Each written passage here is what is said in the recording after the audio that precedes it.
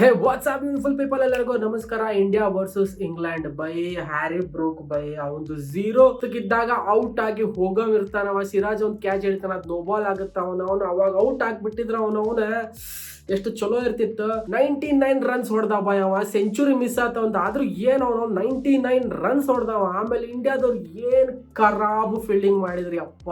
ಅವ್ನಿಗೆ ಎಷ್ಟು ಲೈಫ್ ಕೊಟ್ರಂದ್ರ ಅವ ಅಂದು ತನ್ನ ಲಕ್ ನ ಪೂರ್ತಿ ಟೆಸ್ಟ್ ಮಾಡಿದ.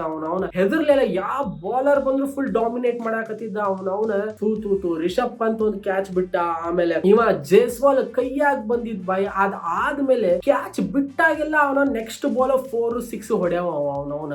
ಅದ್ ಎಷ್ಟು ಫ್ರಸ್ಟ್ರೇಟಿಂಗ್, ಎಷ್ಟು ತಲೆ ಕೆಟ್ಬಿಟ್ಟಿತ್ತಂದ್ರ ಬೂಮ್ರಾ ಒಬ್ಬ ಬೆಸ್ಟ್ ಹಾಕಕತ್ತಾನ ಬೌಲಿಂಗ್. ಉಳ್ದೆಲ್ಲ ಯಪ್ಪ ಯಾಕಾದ್ರೂ ಹಾಕಕತ್ತಾರ ಮಾರ ಇವ್ರು ಬೌಲಿಂಗ್ ಅನ್ನೋ ತರ ಎಷ್ಟು ರನ್ಸ್ ನ ಲೀಕ್ ಮಾಡಿದ್ರಂದ್ರ ತಲೆ ಕೆಟ್ಟ ಹೋತು ಬೈ. ಬೌಲರ್ಸ್ ಅವನ ಇನ್ಸೈಡ್ ಎಡ್ಜ್ ಬರೀ 4 ಹೊಂಟಾವ್, ಬಿಹೈಂಡ್ ದ ವಿಕೆಟ್ ಅಲ್ಲಿ 4 ಹೊಂಟಾವು. ಅವನ ಔಟ್ ಸೈಡ್ ದ ಎಡ್ಜ್ ಬಿದ್ದ ಅವು 4 ಹೊಂಟಾವು. ಅವನ ಬೌಲರ್ಸ್ ಅವನ ಬಿಂದಾಸ್ ಆಗಿ ದಿಲ್ದಾರ್ ಆಗಿ ಹಂಗ ಹೊಡೆ ಆತರ ತಲೆ ಕೆಟ್ಟ ಹೋತು ಬೈ. ಥೋ ಯಪ್ಪ. ಡೇ ಸ್ಟಾರ್ಟ್ ಆಗುತ್ತ, ಓಲಿ ಪೋಪಿ ಮತ್ತೆ ಹ್ಯಾರಿ ಬ್ರೂಕ್ ಸ್ಟಾರ್ಟ್ ಮಾಡ್ತಾರ. ಓಲಿ ಪೋಪ್ ಔಟ್ ಹಾಕನ ಜಲ್ದಿ. ಆಮೇಲೆ ಹ್ಯಾರಿ ಬ್ರೂಕ್ ಮತ್ತ ಬೆನ್ ಸ್ಟೋಕ್ಸ್ ಇರ್ತಾರ ಬೈ. ದೇ ಬೆಲ್ಟೆಡ್ ಇಂಡಿಯನ್ ಬೌಲರ್ಸ್, ಹೇಳ್ತೀನಿ ಕೇಳಿಸ್ಕೊ. ದೇ ಬೆಲ್ಟೆಡ್. ಅವನ ಡೇ ಸ್ಟಾರ್ಟ್ ಆಗ್ತಿದ್ದಂಗನ ಅವನ ಹ್ಯಾರಿ ಬ್ರೂಕ್ ಒಂದು 6 ಒಂದು 4 ಹೊಡಿತಾನೆ ಇವಂಗ ಪ್ರಸಿದ್ಧ ಕೃಷ್ಣಾಗ. ಆಮೇಲೆ ಬೂಮ್ರಾನ್ ಫಸ್ಟ್ ಬಾಲಿಗೆ ಅವನ ಓಲಿ ಪೋಪಿ ಒಂದು 4 ಹೊಡಿತಾನ. ಆಮೇಲೆ ಔಟ್ ಹಾಕನ್ ಬಿಡ, ಅದು ಬೇರೆ ಮಾತ. ಆಮೇಲೆ ಬೈ ಅಯ್ಯೋ ಸಿರಾಜ್ಗೂ ರನ್ ಹೊಡ್ಸ್ಕೊಳಕತ್ತಾರ, ಪ್ರಸಿದ್ಧ ಕೃಷ್ಣನು ರನ್ ಹೊಡ್ಸ್ಕೊಳಕತ್ತಾನ. ಬೆನ್ ಸ್ಟೋಕ್ ಹ್ಯಾರಿ ಬ್ರೂಕ್ ಅವನ ಹೊಡೆದ್ರು. ಆಮೇಲೆ ಬೆನ್ ಸ್ಟೋಕ್ಸ್ ವಿಕೆಟ್ ಬಿತ್ತು, ಮೊಹಮ್ಮದ್ ಸಿರಾಜ್ ಒಂದು ವಿಕೆಟ್ ಎತ್ತಿದ.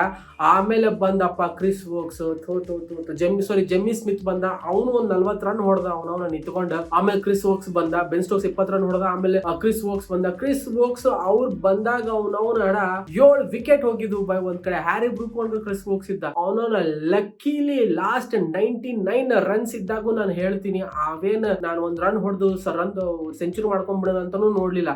ನಾನು ಹೊಡೆಯದ ಗುದ್ದದ ಅನ್ನೋ ಒಂದು ಬಾಡಿ ಲ್ಯಾಂಗ್ವೇಜ್ ನಾಗ ಇದ್ದ. ಅವ್ನು ಲಕ್ ಮತ್ತೆ ಟೆಸ್ಟ್ ಮಾಡ್ದ. ಅವ್ನ ಫಸ್ಟ್ ಡೇ ಟು ಎಂಡ್ ಒಳಗ ಅವ್ಗ ಬೌನ್ಸರ್ ಕಾಟ ಕೊಟ್ಟಿದ್ದ, ಸರ್ಪ್ರೈಸ್ ಬೌನ್ಸರ್. ಬಟ್ ಇವ್ರು ಯಾರು ಬೌನ್ಸರ್ ಹಾಕಿರ್ಲಿಲ್ಲ. ಲಾಸ್ಟ್ 99 ಇದ್ದಾಗ ಬೂಮ್ರಾ ಬೌನ್ಸರ್ ಹಾಕಿದ. ಅವನ ಟಾಪ್ ಎಡ್ಜ್ ಆಗಿ ಬ್ಯಾಕ್ವರ್ಡ್ ಸ್ಕ್ವೇರ್ ಲೆಕ್ಕ ಶಾರ್ದೂಲ್ ಠಾಕೂರ್ ಕ್ಯಾಚ್ ಅಂತ 99 ರನ್ಸ್ ಗೆ ಔಟ್ ಅದ. ಬಟ್ ಆಲ್ರೆಡಿ ತುಂಬಾ ಬಹಳ ಡ್ಯಾಮೇಜ್ ಮಾಡ್ಬಿಟ್ಟಿದ್ದ. ಆಮೇಲೆ ಕ್ರಿಸ್ ವೋಕ್ಸ್ ಬ್ರೇಡನ್ ಕರ್ಸ್ ಬ್ರೋ ಯಪ್ಪ. ಅವನ ಬೌಲರ್ಸ್ ಗುರು, ಇವ್ರದ್ದು ವಿಕೆಟ್ ತೆಗಿರೋ ಜಲ್ದಿ ಅಂದ್ರೆ 7 ವಿಕೆಟ್ ಪಾರ್ಟ್ನರ್ಶಿಪ್. ಅವನೊಂದು 7th ವಿಕೆಟ್ ಪಾರ್ಟ್ನರ್ಶಿಪ್ 50 ರನ್ ಹೊಡೆದ್ರ. ಕ್ರಿಸ್ ವೋಕ್ಸ್ ಮುಂದೆ ಬ್ರೆಂಡನ್ ಕರ್ಸ್ ಬೈ ಅವ 38 ಹೊಡೆದ, ಇವ ಮತ್ತೆ 22 ರನ್ ಹೊಡೆದ. ತೋ ಬರೀ ಎಷ್ಟು ಫಸ್ಟೆಡ್ ಆತಂದ್ರ ಈ ಪ್ರಸಿದ್ಧ ಕೃಷ್ಣ ಮತ್ತು ಮೊಹಮ್ಮದ್ ಸಿರಾಜ್ ಅವನವನ ರನ್ಸ್ ಲೀಕ್ ಮಾಡ್ಕೊಂತ ಇದ್ರ ತಲೆ ಕೆಟ್ಟ ಹೋಗಿತ್ತ ಅವನವನ. ಆಮೇಲೆ ಆ ಕಡೆ ಏನ್ ಮಾಡ್ದ ಇವ ಬೂಮ್ರಾಗ ಮತ್ತೆ ಜಡೇಜಾಗ ಬೌಲಿಂಗ್ ಮಾಡ್ಸಕ್ ಸ್ಟಾರ್ಟ್ ಮಾಡ್ದ. ಹೆಂಗೋ ಒಂದು ಪ್ರಸಿದ್ಧ ಕೃಷ್ಣ ಒಂದ್ ವಿಕೆಟ್ ಎತ್ ಕೊಟ್ಟ. ಇನ್ 2 ವಿಕೆಟ್ ಬೇಕಾತ. ಮತ್ತ ಆ 2 ವಿಕೆಟ್ ನಿಗೆ ಎತ್ ಕೊಡಾಕ ಬೂಮ್ರಾನ ಬರ್ಬೇಕಾತ. ಅವನ ಅಷ್ಟ್ರಾಗ 70 ರನ್ ಲೀಡ್, 7 ವಿಕೆಟ್ ಹೋಗಿದ್ವು, 3 ವಿಕೆಟ್ ಬೇಕಾಗಿತ್ತು, 70 ರನ್ ಬೇಕಾಗಿತ್ತು. ಇನ್ನು ಇವ್ರು ಬ್ರೇಡನ್ ಕರ್ಸ್ ಮತ್ತ ಕ್ರಿಸ್ ವೋಕ್ಸ್ ಜೊತೆ ಅವ್ರಿಬ್ರು ಸೇರ್ಕೊಂಡು 50 ರನ್ ಹೊಡೆದ್ ಬಿಡೋದು. 20 ರನ್ನಿಗೆ ಬಂದ್ಬಿಡುತ್ತೆ ಬೈ. ಜಲ್ದಿ 3 ವಿಕೆಟ್ ತೆಗೆದ್ರೆ 70 ರನ್ ಲೀಡ್ ಇರೋದು. ಅಟ್ಲೀಸ್ಟ್ ಒಂದು 50 ರನ್ ಲೀಡರ್ ಇಟ್ಕೊಂಡಿದ್ರು ಅವನವನ್ ಎಷ್ಟು ಅಡ್ವಾಂಟೇಜ್ ಇರೋದು. ರನ್ಸ್ ಲೀಕ್ ಮಾಡ್ತಾರ ಯಪ್ಪ. 6 ರನ್ ಲೀಡ್ ಅಷ್ಟೇ. ಅದನ್ನು ಬಿಟ್ರೆ ಅದನ್ನು ಹೊಡೆದ್ ಬಿಡಿರೋರು. ಅದನ್ನು ಹೊಡೆದ್ ಮತ್ತೆ ನಮಗೆ ಎಕ್ಸ್ಟ್ರಾ ಲೀಡ್ ಕೊಟ್ಟಿರೋರು ಅವ್ರು ಇಂಗ್ಲೆಂಡ್ ದವ್ರು. ಬಟ್ 6 ರನ್ನಿಗೆ ತಂದು ನಿಲ್ಸಿದ್ರು. 70 ರನ್, 3 ವಿಕೆಟ್ ಬೇಕಾಗಿತ್ತು ಅಷ್ಟ. 70 ರನ್ ನಾವು ಲೀಡ್ ನಾಗಿದ್ವಿ. ಅವನೊಂದ್ ಜಲ್ದಿ ವಿಕೆಟ್ ಒಂದು 50 ರನ್ನಿಗೆ ಇದು ಬರ್ತಿತ್ತು. ಬಟ್ ಬೈ ಲಾಸ್ಟ್ ಪ್ರಸಿದ್ಧ ಕೃಷ್ಣ ಒಂದ್ ವಿಕೆಟ್ ತೆಗ್ದ. ಆಮೇಲೆ 2 ವಿಕೆಟ್ ಇತ್ತು, ಅದನ್ನ ತೆಗೆ ಬೂಮ್ರಾನ ಬರ್ಬೇಕಾಗಿತ್ತು. ಬೂಮ್ರಾನ ಕ್ಲೀನ್ ಬೋಲ್ಡ್ ಮಾಡ್ದ ಅವ. ಆಮೇಲೆ ನನ್ನ ಮಕ್ಳು ಆಲ್ರೆಡಿ 471 ರನ್ ಬೇಕಿತ್ತು.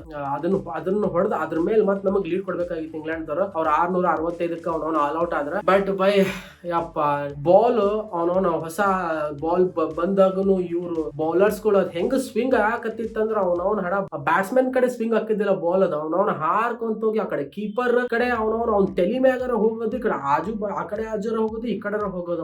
ಅವ ಜಿಗದ್ ಆ ಬಾಲ್ ಹಿಡಿಬೇಕಾಗಿತ್ತು. ಆ ಲೆವೆಲ್ಗೆ ಸ್ವಿಂಗ್ ಆಗಿತ್ತು. ಅಂದ್ರೆ ಮೆಂಟಲ್ ತರ ಬಿಹೇವ್ ಮಾಡಾಕತ್ತಿತ್ತು ಬಾಲ್. ಅವನ ಅಷ್ಟ ಕ್ಲೌಡಿ ಆಗ್ಬಿಡುತ್ತೆ, ಸ್ವಲ್ಪ ಗಾಳಿನೂ ಬೀಸಾಕ್ತಿತ್ತು, ಮಳಿ ಬರೋ ತರನ ಆಗಿತ್ತು.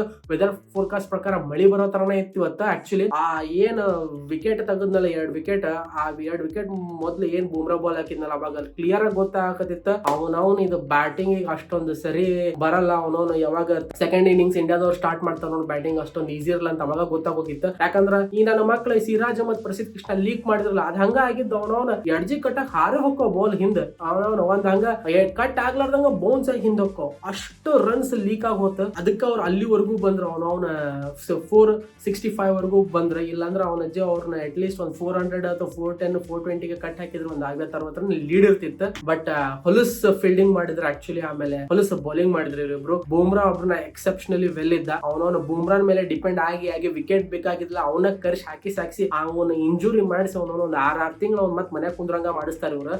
ಬೈ ಇಷ್ಟ ಆತು. ಆಮೇಲೆ ಇಂಡಿಯಾದವ್ರು ಬಂದ್ರ ಬ್ಯಾಟಿಂಗ್ ಗೆ ಸೆಕೆಂಡ್ ಇನ್ನಿಂಗ್ಸ್ ಗೆ. ಫಸ್ಟ್ ಬರ್ತಿದ್ದಂಗ 4 ರನ್ ಹೊಡೆದಿದ್ದ SSC ಜೈಸ್ವಾಲ್. ಅವನು ಕಾರ್ಸ್ ಬೌಲಿಂಗ್ ಗೆ ಅವನವನ ಔಟ್ ಆಗ್ಬಿಟ್ಟ. ಅದು ಕರೆಕ್ಟ್ ಆಗಿ ಬೌನ್ಸ್ ಆಗಿ ಎಡ್ಜ್ ಆಗಿ ಕೀಪರ್ ಕ್ಯಾಚ್ ಹೊಟ್ಟೋತು. ಆಮೇಲೆ ಸಾಯಿ ಸುದರ್ಶನ್ KL ರಾಹುಲ್ ಬಂದು ಒಂದು ಒಳ್ಳೆ ಬೇಸ್ ಹಾಕೊಟ್ರು. KL ರಾಹುಲ್ ಕ್ಲಾಸ್ ಆಗಿ ಸೈಲೆಂಟ್ ಆಗಿ ಡಾಮಿನೇಟ್ ಮಾಡ್ದ. ಅವನವನು ಹೌದಪ್ಪ ಬಕ್ ಬಕ್ ಅಂತ ಹೊಡೆದು ಹೋಗ್ಬಿಡ ನಾನು ಆ ತರ ಇಲ್ಲ, ಪ್ರಾಪರ್ ಆಗಿ ಕ್ಲಾಸ್ ಆಗಿ ನಾವು ಬ್ಯಾಟಿಂಗ್ ಮಾಡ್ದ. ಯಾವ ಬಾಲ್ ಹೊಡಿಬೇಕು ಅದ ಬಾಲ್ ಪ್ರಾಪರ್ ಆಗಿ middle ಮಾಡ್ದವ.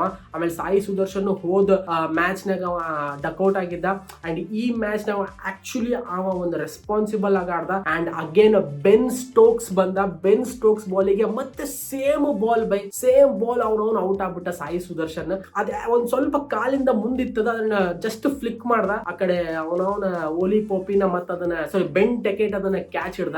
30 run Sai Sudharsan settle ಕಾಣಕತ್ತಿದ್ದ. ಅವನದೊಂದು ವಿಕೆಟ್ ಹೋಯ್ತು. ಆಮೇಲೆ ಶುಭ್ಮನ್ ಗಿಲ್ ಬಂದ. ಆಮೇಲೆ KL ರಾಹುಲ್ ಅವ್ರು ಬಂದ್ ಆಡೋತಷ್ಟಿಗೆ ಅವನವನ ಮಳಿ ಶುರು ಆಯ್ತು. ಇನ್ನೇನ್ ಮತ್ತೆ ಆಲ್ರೆಡಿ 6 ಗಂಟೆ ಆಗಿತ್ತು, ಇನ್ನೊಂದ್ ಹಾಫ್ ಅನ್ ಅವರ್ ಇತ್ತು ಗೇಮ್. ಆಲ್ರೆಡಿ 6 ಗಂಟೆ ಆಗಿದ್ದಕ್ಕ ಡೇ 3 ನ ಎಂಡ್ ಮಾಡಿದ್ರು. ಒಂದು 90 ರನ್ಸ್ ಹೊಡೆದಾರ. ಇವಾಗ ಆಕ್ಚುಲಿ ಹೇಳ್ಬೇಕಂದ್ರೆ ಇನ್ನು ಡೇ 3 ಮುಗಿತು. ಡೇ 4 ಡೇ 5 ಹೇಳ್ತೀನಲ್ಲ ಬೈ, ಇಂಗ್ಲೆಂಡ್ ಅವರು ಒಂದು ಮ್ಯಾಚ್ ಗೆಲ್ತಾರ ಇಲ್ಲ ಡ್ರಾ. ಅವ್ರ ಮ್ಯಾಚ್ ಗೆಲ್ಲಕ ನೋಡ್ತಾರ. ಅವನವನ ಇಂಡಿಯಾದವ್ರು ಈ ಮ್ಯಾಚ್ ಗೆಲ್ಬೇಕಂದ್ರೆ ನಾಳೆ ಒಂದು 300 ರನ್ಸ್ ಹೊಡಿಲೇಬೇಕು. ಅವ್ರು ಈ 90 ರನ್ಸ್ ಏನ್ ಹೊಡೆದಾರ ಅದನ್ನ ಬಿಟ್ಟ ಒಂದ್ ವೇಳೆ ಒಂದು 50-60 ರನ್ ಲೀಡ್ ಇಂದ ತಗೊಂಡಿದ್ರ ಅಂದ್ರೆ ಇವತ್ತು 100 ರನ್ ಹೊಡಿತಿದ್ರು. ಆಲ್ರೆಡಿ 200 ರನ್ಸ್ ಆಗಿರೋದು. ಅರೌಂಡ್ 200 ರನ್ಸ್ ಬಂದಿರೋದು. ನಾಳೆ 200 ರನ್ಸ್ ಹೊಡಿದ್ರೆ ಒಂದು 400 ರನ್ ಆಗಿರೋದು. ಒಳ್ಳೆ ಒಂದು ಸ್ಕೋರ್ ಇರೋದು ಅವನು ಡಿಫೆಂಡ್ ಮಾಡಾಕ. ಬಟ್ ಇಂಡಿಯಾದವ್ರು ಹೊಲಸು ಬೌಲಿಂಗ್ ಮಾಡಿದ್ರು. ಆಮೇಲೆ ಫೀಲ್ಡಿಂಗ್ ಮೇನ್ ಹೊಡ್ತಾ ಕೊಟ್ಟಿದ್ದು. ಅದಾದ್ಮೇಲೆ ಇನ್ನೇನ್ ಮತ್ತೆ ನಾಳೆ ಡೇ 4 KL ರಾಹುಲ್ ಶುಭ್ಮನ್ ಗಿಲ್ ನಿಂತ್ಕೊಂಡು ಬಹಳ ರೆಸ್ಪಾನ್ಸಿಬಲ್ ಆಗಿ ಆಡ್ಬೇಕು. ಯಾಕಂದ್ರೆ ಸುಮ್ನೆ ಪಿಚ್ ಮೇಲೆ ಸ್ವಲ್ಪ ಕ್ರಾಕ್ಸ್ ಬಂದಾಗ ಕ್ರಾಕ್ಸ್ ಮೇಲೆ ಬಿದ್ದಾಗ ಅವನೊಂದು ಸೆಕ್ಸಿ ಸ್ವಿಂಗ್ ಆಗತ್ತಾವ ಬಾಲ್. ಸೊ ಅಷ್ಟೊಂದು ಈಸಿ ಇರಲ್ಲ ಬ್ಯಾಟಿಂಗ್ ಮಾಡಕು. ಬಟ್ KL ರಾಹುಲ್ ಶುಭ್ಮನ್ ಗಿಲ್ ನಿಂತ್ಕೊಂಡು ಒಂದು 250 ಕಡಿಮೆ ಆಗುತ್ತೆ. 300 ಹೊಡಿಬೇಕು. ಅವನವನ 300 ಹೊಡೆದ್ರೆ ಒಳ್ಳೆ ಚಾಲೆಂಜಿಂಗ್ ಐತಿ. ಅಂಡ್ ಇಂಗ್ಲೆಂಡ್ ದವರು ಡ್ರಾ ಮಾಡ್ಕೊಳಕಂತೂ ಆಡಲ್ಲ, ಗೆಲ್ಲಕ್ಕೋಸ್ಕರನೇ ಆಡ್ತಾರ. ಇವ್ರು ಗೆಲ್ಬೇಕಂದ್ರೆ 10 ವಿಕೆಟ್ ಎತ್ತಬೇಕು ಬೈ, ಇಲ್ಲಾಂದ್ರೆ ಮ್ಯಾಚ್ ಡ್ರಾ ಆಕೈತಿ. ಇಷ್ಟ ಸಿಂಪಲ್. ಸೊ ನಾಳೆ ಡೇ 4 ಡೇ 5 ಗೊತ್ತಾಗುತ್ತೆ ಹಣೆ ಬರ. ಇನ್ ಮೇಲಿಂದ ಅಸಲಿ ಆಟ ಶುರು. ಹೇಳ್ಬೇಕಂದ್ರೆ ಇಂಡಿಯಾದವ್ರ ಚಲೋತ್ನಂಗ್ ಟಾರ್ಗೆಟ್ ಕೊಟ್ರೆ ಒಂದು ಚಾನ್ಸ್ ಇರ್ತೈತಿ. ಒಂದು 300 ಹೊಡೆದ್ರೆ ಚಾನ್ಸ್ ಇರ್ತೈತಿ ಗೆಲ್ತಾರ ಅಂತೇಳಿ. ಒಂದ್ ವೇಳೆ ಅದಕ್ಕಿಂತ ಕಡಿಮೆ ಹೊಡೆದ್ರೆ ಹೇಳ್ತೀನಿ ಕೇಳಿಸ್ಕೊ, ಇಂಗ್ಲೆಂಡ್ ಈ ಮ್ಯಾಚ್ ಪಕ್ಕಾ ವಿನ್ ಆಗುತ್ತೆ. Hope for the best, India ಈ ಮ್ಯಾಚ್ ವಿನ್ ಆಗ್ಲಿ ಅಂತ ಹೇಳಿ. ಸೊ ಸಿಗೋಣ ನಾಳೆ ವಿಡಿಯೋಗೆ.